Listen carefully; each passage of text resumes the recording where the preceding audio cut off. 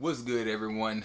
Back again, talking to y'all about the Mandalorian. And I must say, man, I'm smart, but sometimes I feel like I'm kind of dumb sometimes too. Let's get into why. First of all, subscribe if you haven't subscribed. If you're watching on Facebook, like the page, follow the page, share the videos, and let's get to talking about me and the things that I do wrong. Looking back to episode 3, I watched that episode and I enjoyed it, of the Mandalorian season 2, but I'm not realizing who I'm actually looking at. So I see the female Mandalorian show up and I don't realize that this character is played by Katie Sackhoff. Now, I've seen Katie Sackhoff for years on the Schmodown stuff when I used to watch that heavily with those guys at SEN. Then it also escapes me that she played in episodes of The Flash that, like, used to watch all the episodes of The Flash. I really enjoyed her character. Like, she was new, she was refreshing. I liked the storyline that she was included in.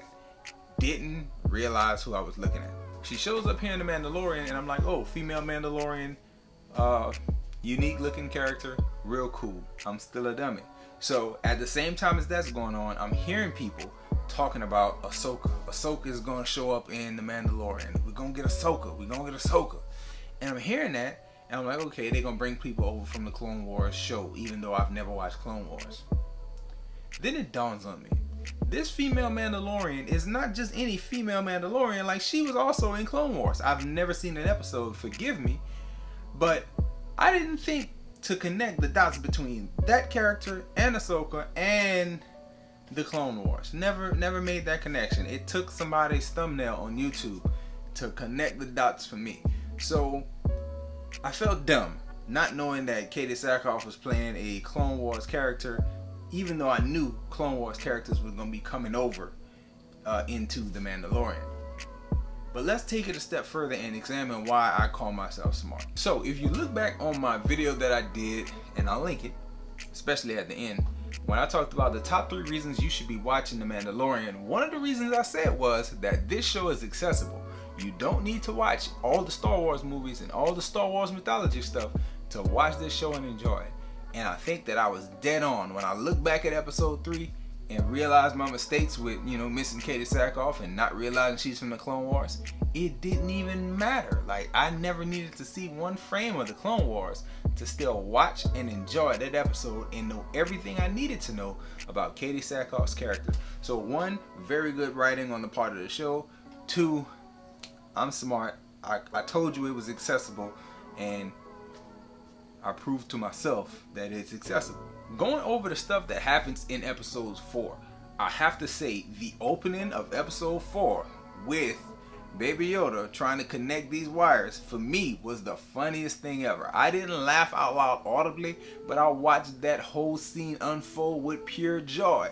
Because if you've ever given instructions to a child about something very simple, like the frustration that's in The Mandalorian, you will identify with it. And I know I did as I watched him, like, try to walk him through that. Now also there's callbacks here. Like, if you look at Disney and the way they do stuff, you have the Baby Yoda trying to connect the wires, and you also have Baby Groot with the bomb on Guardians of the Galaxy 2. Like, it's the same situation. Like, I am Groot, I am Groot, I am Groot. Like, no, you're gonna kill us. You're gonna kill us if you do that.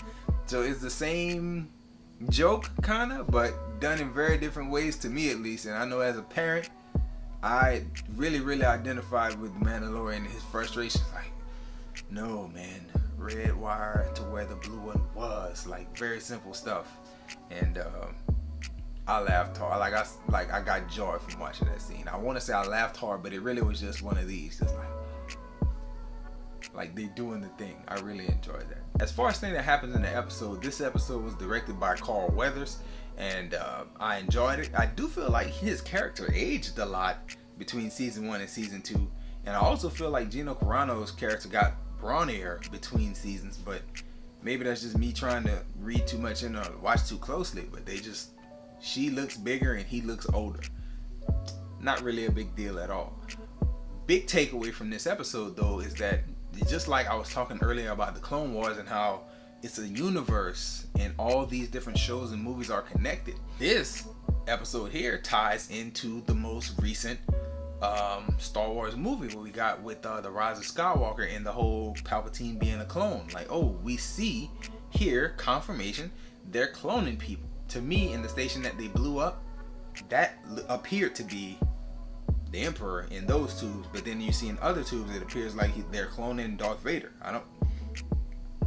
I'm not the biggest Star Wars buff, but as I'm watching it, I'm enthusiastic and I'm looking and I'm like, that look like Vader in there. Or maybe Moff Gideon is cloning himself. I don't know what's happening, but I know that I'm real into it, and I immediately made the connection to, oh, Rise of Skywalker. Like, that's how they got new Palpatine. Well, he really wasn't new. They could have gave him a younger body or something. I don't know why they put him in that old body, but regardless, that's neither here nor there. I enjoyed this episode. It was, again, very beautifully shot, like they all are. The action was crisp. I think for the directorial debut of Carl Weathers, it was done very well, very nicely. A lot of comedy in this one from the Blue Finn guy that we saw in the initial pilot episode. But I like the tone of it, though. He was lighthearted. It was there when it was needed. I enjoyed it. I'm loving the series, man. Absolutely loving the series. Look out for more things that I'll be doing. The next thing that I'll be working on, you know, during this week that I have a little time off, I'm gonna be trying to knock out the Blood of Zeus series that is currently on Netflix. That's what I'll be doing next, so be on the lookout for that. And any movies that I can, you know, get my hands on in the next few weeks, I'll be doing reviews and dropping those in as well. New Mutants probably be on that list, so been looking forward to that. Finally got the opportunity to look at it. Please come back around, check out reviews, enjoy yourself, guard your heart. Come back and see me on more videos.